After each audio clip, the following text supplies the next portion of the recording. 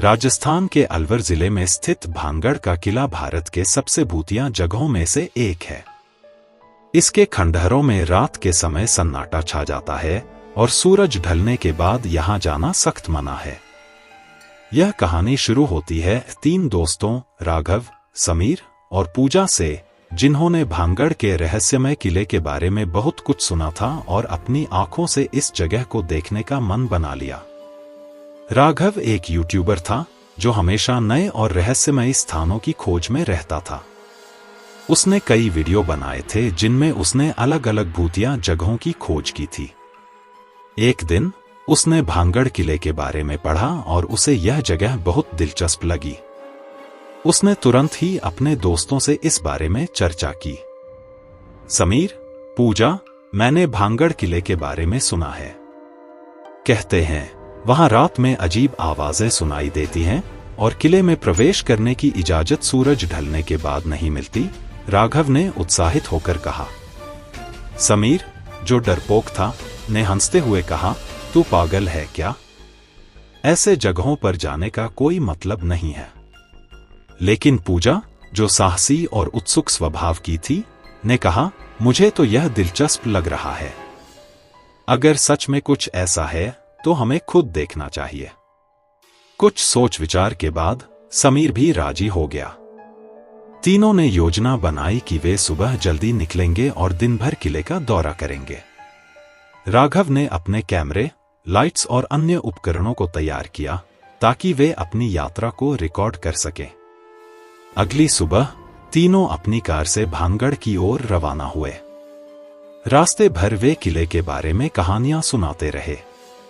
जैसे जैसे वे किले के करीब पहुंचे, एक अजीब सी ठंडक महसूस होने लगी। यह मौसम की ठंडक नहीं थी, बल्कि एक ऐसा एहसास था जैसे कोई अदृश्य शक्ति उनके आसपास मंडरा रही हो। किले के मुख्य द्वार पर पहुंचते ही एक बूढ़ा चौकीदार मिला जो हर आने वाले को एक ही चेतावनी देता था, सूरज ढलने से पहले किला छोड़ देना, रात को यहां रुकना मना है। राघव ने उससे पूछा, बाबा, क्या आपने यहां कुछ अजीब देखा है? चौकीदार की आंखों में भय की परछाई उभर आई। उसने सिर झुकाकर कहा, बेटा, यहां जो भी रात में रुकता है वह कभी वापस नहीं लौटता। मैंने कई लोगों को यहां खोते देखा है। तीनों ने उसकी बातों को हल्के में लिया और किले के भीतर चले गए। अंदर जाकर उन्होंने देखा कि किले के खंडहरों में एक भयानक सन्नाटा था। दीवारों पर उगी काई और टूटी फूटी मूर्तियां उस जगह के पुराने और भयानक अतीत की गवाही दे रही थी। राघव, समीर और पूजा ने दिन भर किले का हर कोना छाना। उन्होंने वहां कई वीडियो बनाए और कुछ इतिहास की जानकारी भी इकट्ठा की। लेकिन जैसे जैसे दिन ढलने लगा, समीर की बेचैनी बढ़ने लगी। राघव, हमें यहां से अब चलना चाहिए। सूरज ढलने वाला है, समीर ने घबराते हुए कहा। राघव ने हंसते हुए जवाब दिया, अरे यार, इतना डर क्यों रहा है? हमें बस 1 घंटे और रुकना है, फिर चलते हैं। पूजा भी थोड़ी घबराई हुई थी, लेकिन उसने राघव का साथ दिया। वह जानना चाहती थी कि आखिरकार किले के बारे में जो बातें कही जाती हैं, उनमें कितनी सच्चाई है। अचानक उन्होंने एक अजीब सी फुसफुसाहट सुनी। ऐसा लगा जैसे कोई उनके कानों में धीरे धीरे कुछ बोल रहा हो। वे तीनों चौंक गए और इधर उधर देखने लगे, लेकिन वहां कोई नहीं था। हवा में अचानक ठंडक बढ़ गई और एक धुंध सी छा गई। यह क्या था? समीर ने कांपते हुए पूछा। राघव ने कैमरे को चालू रखते हुए कहा, शायद यह उसी अदृश्य शक्ति का असर है जिसके बारे में सुना था। सूरज ढल चुका था और चारों ओर अंधेरा फैलने लगा था। तीनों ने फैसला किया कि अब समय हो गया है किले से बाहर निकलने का। लेकिन जैसे ही वे मुख्य द्वार की ओर बढ़े, उन्हें लगा कि रास्ता बदल गया है। वह जगह जहां उन्होंने दिन भर घूम फिर कर वीडियो शूट किया था, अब उन्हें अजनबी लग रही थी।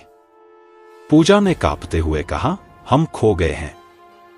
यह जगह तो वही नहीं है जहां हम पहले थे। राघव ने कैमरे के माध्यम से एक आखिरी दृश्य रिकॉर्ड करते हुए कहा, दोस्तों, अगर यह वीडियो किसी को मिले तो जान लो कि हम भानगढ़ के किले में फंस गए हैं। तभी एक जोर की चीख सुनाई दी, जो किसी महिला की लग रही थी। वे तीनों डर के मारे कांप उठे और भागने की कोशिश करने लगे, लेकिन उनके कदम मानो भारी हो गए थे और हर दिशा में धुंध और अंधकार छा गया था।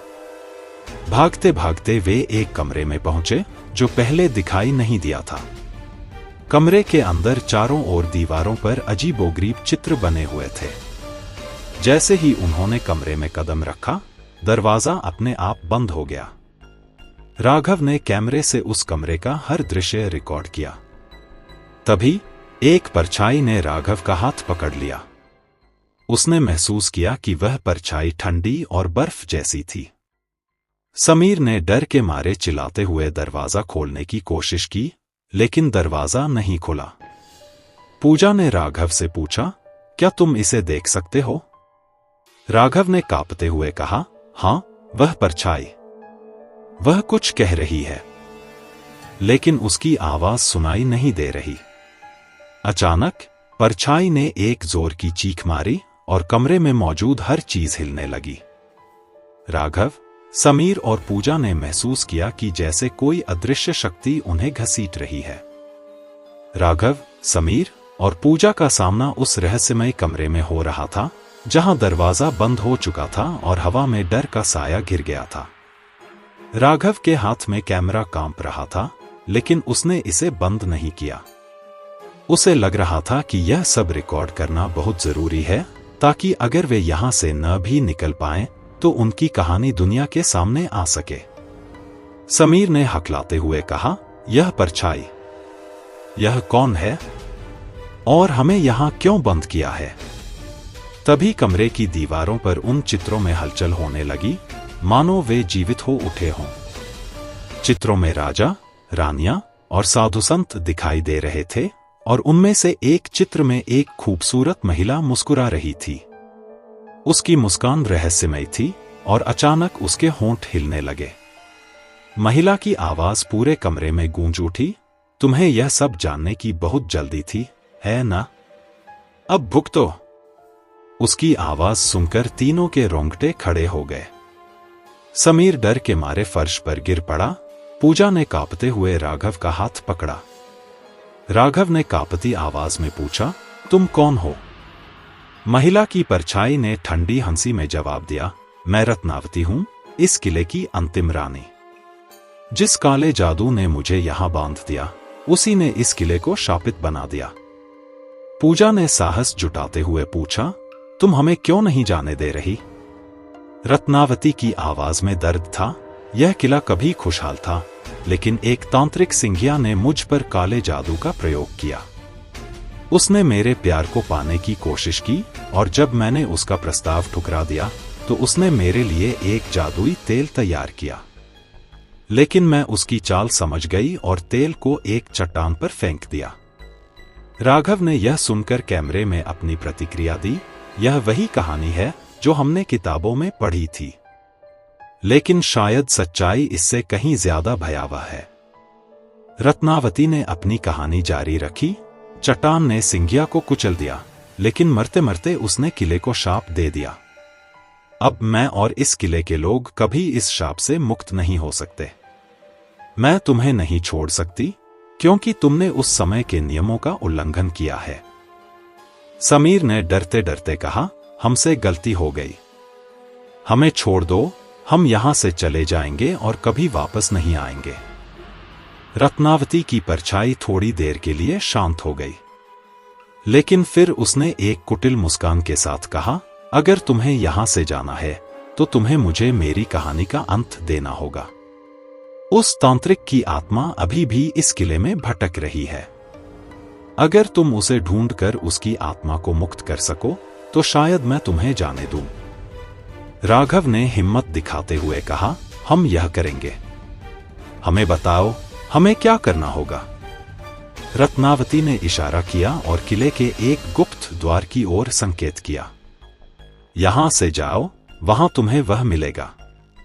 लेकिन याद रखना, वह तुम्हारे साथ खेल खेलेगा।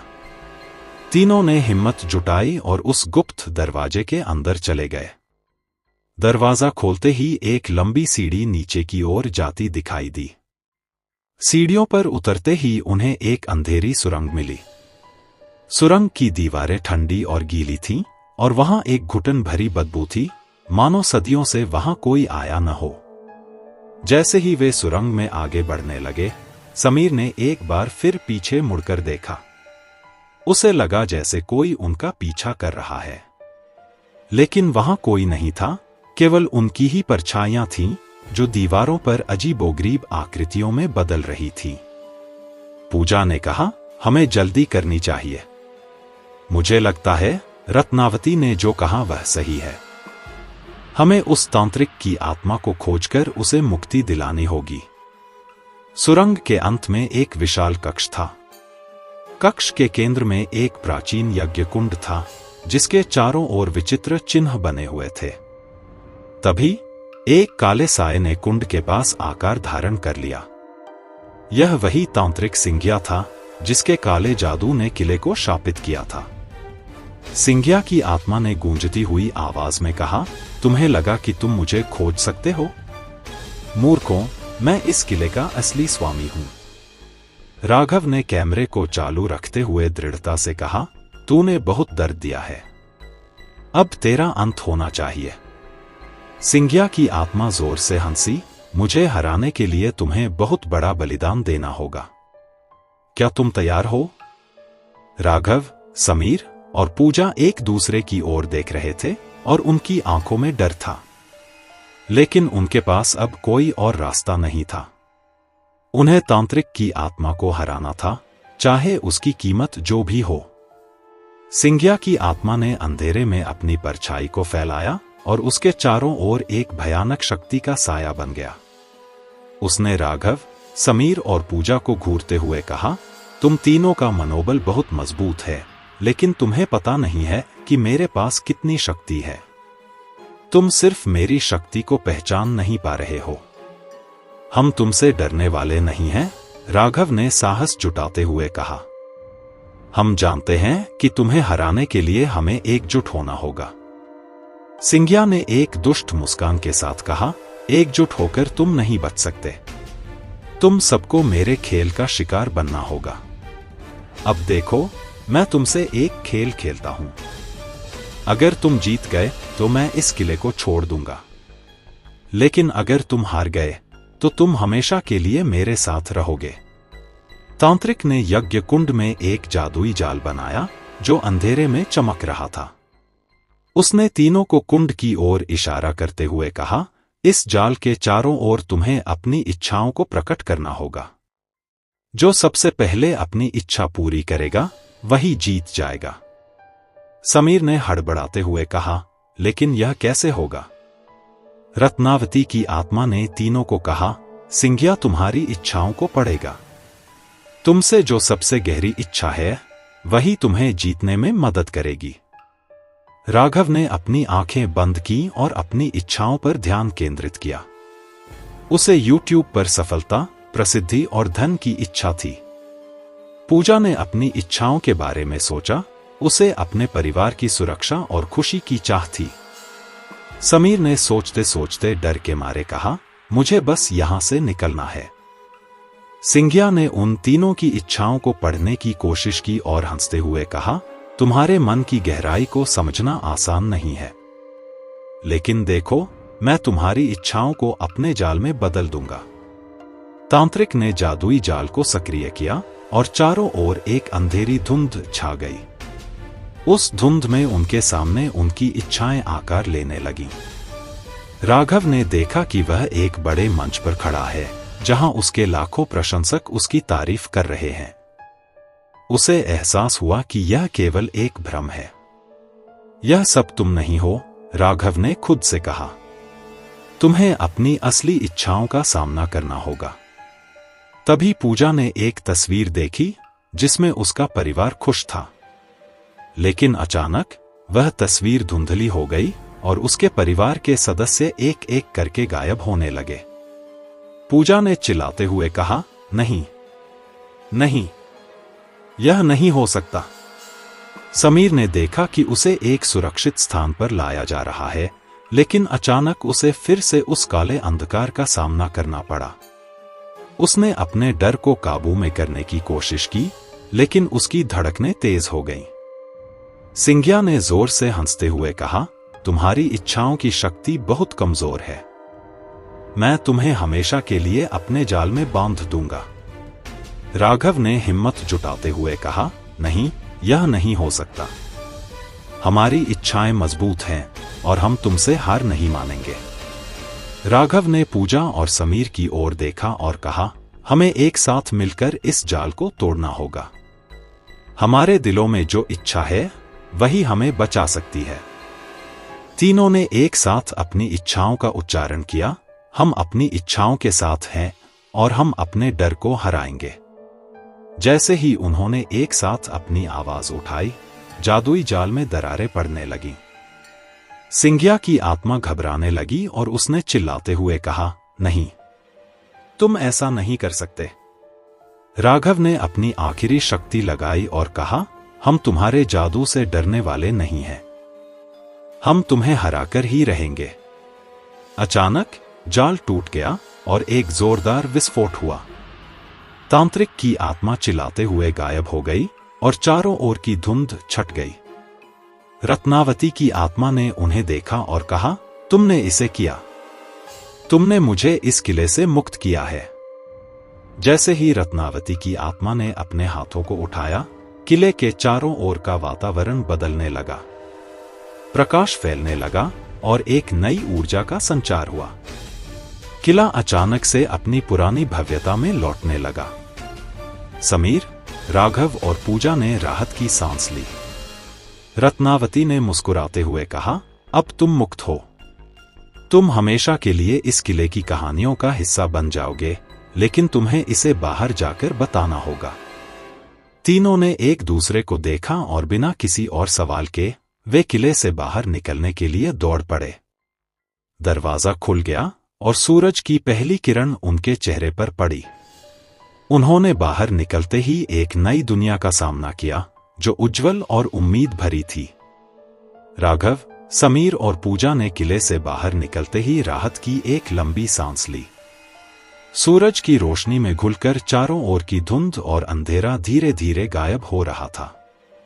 उन्होंने एक दूसरे की ओर देखा। उनकी आंखों में न केवल डर बल्कि एक अद्भुत अनुभव का संतोष भी था। हम सच में बाहर आ गए, समीर ने खुशी से कहा। लेकिन हमें यह सब किसी को बताना होगा। पूजा ने उत्साह से कहा, हाँ, हमें यह सब अपने परिवार और दोस्तों को बताना होगा। लोगों को भांगड़ के बारे में सच बताना जरूरी है। राघव ने अपने कैमरे को चालू रखा और कहा, यह वीडियो हमें अपनी कहानी साझा करने में मदद करेगा। हमें जो भी हुआ वह सब रिकॉर्ड करना जरूरी है। जब तीनों ने किले के बाहर कदम रखा तो उन्हें यह महसूस हुआ कि किला अब पहले की तरह डरावना नहीं है। सूरज की रोशनी में किले की खंडहर सुंदरता में बदल गई थी। लेकिन एक बात थी जो उन्हें हमेशा याद रहेगी, रत्नावती की कहानी और तांत्रिक का खौफनाक इतिहास। राघव ने कैमरे की ओर देखकर कहा, दोस्तों, आज हमने भांगड़ किले की असली कहानी जानी है। यह केवल एक भूतिया जगह नहीं है, बल्कि एक प्रेम कहानी का भी हिस्सा है जो अब भयानक शाप में बंधी हुई है। समीर ने कहा, और हमें यह समझना चाहिए कि जो लोग इस किले के बारे में बात करते हैं वे असल में एक अदृश्य डर से पीड़ित होते हैं। हमें इस डर का सामना करना चाहिए। तीनों ने वापस अपने गांव की ओर बढ़ने का निर्णय लिया। रास्ते में उन्होंने एक दूसरे को अपनी अपनी डरावनी और मजेदार यादों के बारे में बताया। राघव ने अपनी सोच को साझा किया, मुझे एहसास हुआ कि हमें अपने डर का सामना करना चाहिए, नहीं तो वे हमें कभी भी नहीं छोड़ेंगे। जब वे गांव पहुंचे तो सब लोग उन्हें देखकर हैरान रह गए। उनके चेहरे पर थकावट थी, लेकिन साथ ही एक नई रोशनी भी थी। उनके दोस्तों और परिवार वालों ने उन्हें घेर लिया और पूछा कि क्या हुआ। हमें भांगड़ किले की असली कहानी जानने का मौका मिला, पूजा ने कहा। यह एक डरावनी लेकिन अद्भुत यात्रा थी। राघव ने अपने YouTube चैनल पर उस यात्रा का वीडियो पोस्ट किया। जब वीडियो रिलीज हुआ तो उसने वायरल होना शुरू कर दिया। लोगों ने इसे देखा और सभी ने भांगड़ की सच्चाई के बारे में जानने की इच्छा जताई। वीडियो ने कई लोगों को भांगड़ जाने के लिए प्रेरित किया, लेकिन राघव ने सभी को चेतावनी दी। अगर आप भांगड़ जा रहे हैं तो हमेशा ध्यान रखें कि उस किले का एक गहरा इतिहास है, उसने कहा। वहां जो भी हुआ उसे केवल एक कहानी के रूप में नहीं लेना चाहिए। वीडियो के बाद भांगड़ का किला फिर से चर्चा का विषय बन गया। राघव, समीर और पूजा को कई लोगों ने उनके अनुभवों के बारे में पूछने के लिए संपर्क किया। वे कई टीवी शो और पॉडकास्ट पर भी गए, जहां उन्होंने अपनी यात्रा के बारे में विस्तार से बताया। हम तीनों ने एक अद्भुत अनुभव किया, लेकिन वह अनुभव हर किसी के लिए नहीं है, राघव ने एक शो में कहा। जो लोग इस तरह की जगहों पर जाना चाहते हैं, उन्हें पहले अपनी सीमाएं और साहस को समझना चाहिए। जैसे जैसे समय बीतता गया, भांगड़ किला अब केवल एक डरावनी जगह नहीं रह गई, बल्कि एक ऐतिहासिक स्थल बन गया। वहां जाने वाले पर्यटक अब केवल डरने नहीं, बल्कि उस प्रेम कहानी को जानने और समझने भी जाते थे जो रत्नावती और सिंघिया के बीच थी। समीर ने एक दिन कहा, हमें शायद रत्नावती की आत्मा की मदद करनी चाहिए ताकि वह हमेशा के लिए शांति पा सके। राघव ने कहा, हाँ, लेकिन यह हमें और लोगों को भी यह समझाने का काम देगा कि कभी कभी प्यार की कहानी भी खतरनाक हो सकती है। उनकी यात्रा ने उन्हें न केवल एक नए अनुभव से समृद्ध किया, बल्कि यह भी सिखाया कि डर के खिलाफ खड़ा होना सबसे बड़ा साहस है। अब वे हमेशा उस यात्रा को याद करते हैं और उस पर गर्व महसूस करते हैं। इस यात्रा ने हमें एक दूसरे के करीब लाया है, पूजा ने कहा, और अब हम हमेशा के लिए एक दूसरे के साथ रहेंगे। उनकी कहानी ने भांगड़ के किले को एक नई पहचान दी और वे तीनों हमेशा उस रहस्यमय अनुभव को साझा करते रहेंगे जो उन्हें हमेशा याद रहेगा। भांगड़ किले से लौटने के बाद राघव, समीर और पूजा की जिंदगी में कई बदलाव आए। उनका अनुभव केवल एक डरावनी कहानी नहीं रहा, बल्कि यह उनके लिए एक नई शुरुआत बन गया। राघव ने अपने YouTube चैनल पर भांगड़ के अनुभवों के बाद अपनी कहानी को साझा करना शुरू किया और धीरे धीरे उसके फॉलोअर्स की संख्या बढ़ने लगी। हमेशा एक नई कहानी कहने के लिए तैयार रहो, राघव ने अपने वीडियो में कहा। कभी कभी डर और साहस के बीच की रेखा बहुत बारीक होती है। समीर ने अपनी नौकरी में भी एक नया मोड़ लिया। उसने एक यात्रा ब्लॉग शुरू किया जिसमें वह भूतिया जगहों के बारे में लिखता था। वह अपने अनुभवों को साझा करता था और लोगों को चेतावनी देता था कि वे इन स्थानों पर कैसे सुरक्षित रहें। हालांकि भांगड़ की यात्रा ने केवल सकारात्मक प्रभाव नहीं डाला। तीनों दोस्तों ने महसूस किया कि अतीत की छाया कभी कभी उनके जीवन में वापस लौट आती थी। जैसे जैसे वे अपने काम में व्यस्त होते गए, उन्हें हर रात अजीब सपने आने लगे। राघव को अक्सर रत्नावती की मुस्कान दिखाई देती थी जो उसे बुलाती थी। क्या तुम सोचते हो कि वह हमारी मदद मांग रही है? पूजा ने एक दिन कहा। क्या उसे हमसे कुछ कहना है? समीर ने चौंकते हुए कहा, हमें इसे नजरअंदाज नहीं करना चाहिए। हो सकता है यह हमारे लिए एक चेतावनी हो। एक रात राघव ने निर्णय लिया कि उसे फिर से भांगड़ जाना चाहिए। उसने अपने दो दोस्तों को बताया और दोनों ने कहा कि वे उसके साथ चलेंगे। हमें देखना होगा कि वहां क्या चल रहा है, राघव ने कहा। हमें यह जानने का हक है। अगले सप्ताहांत तीनों फिर से भांगड़ के लिए निकल पड़े। जब वे किले के पास पहुंचे तो उनकी धड़कनें तेज हो गईं। यह वही जगह थी जहां उन्होंने अपने सबसे डरावने अनुभवों का सामना किया था, लेकिन अब वे पहले से कहीं ज्यादा मजबूत थे। जब वे किले में प्रवेश किए तो सब कुछ शांत और सुनसान था। राघव ने अपने कैमरे को चालू किया और कहा, यहाँ की हवा में एक अलग ही ऊर्जा है। मुझे लगता है जैसे हम कुछ खास की तलाश कर रहे हैं। उन्होंने फिर से उस गुप्त दरवाजे की ओर बढ़ने का फैसला किया जहां से वे पहले गए थे। लेकिन इस बार उन्होंने देखा कि दरवाजे पर एक नई तस्वीर थी जिसमें रत्नावती की छवि थी जो उन्हें देखने की कोशिश कर रही थी। क्या तुम देख रहे हो? समीर ने कहा। यह तो बिल्कुल अलग है। जैसे ही उन्होंने दरवाजा खोला, अंधेरे में एक नया अनुभव सामने आया। अचानक चारों ओर से ठंडी हवा चलने लगी और एक गहरी आवाज सुनाई दी। तुम वापस आ गए हो? वह आवाज गूंजती हुई आई। यह वही आवाज थी जो उन्हें पहली बार मिली थी, लेकिन इस बार यह अधिक स्पष्ट थी। रत्नावती की आत्मा प्रकट हुई और बोली, तुम्हें यहां आना ही था। मुझे तुम्हारी मदद की आवश्यकता है। राघव ने आश्चर्य में कहा, क्या आप फिर से हमें कुछ बताना चाहती हैं? रत्नावती ने कहा, यहां एक पुरानी किताब छिपी हुई है जो इस किले के शाप का रहस्य बताती है। तुम्हें इसे ढूंढना होगा। अगर तुम यह नहीं करते तो मैं हमेशा के लिए बंधी रहूंगी। तीनों दोस्तों ने अपनी खोज शुरू की। उन्होंने किले के अंधेरे कोनों और पुरानी दीवारों की जांच की। किले के अंदर उनकी उम्मीदें और बढ़ती गईं। अंत में उन्हें एक पुरानी अलमारी मिली जिसमें एक बुरी तरह से क्षतिग्रस्त किताब थी। यह वही किताब थी जिसका जिक्र रत्नावती ने किया था।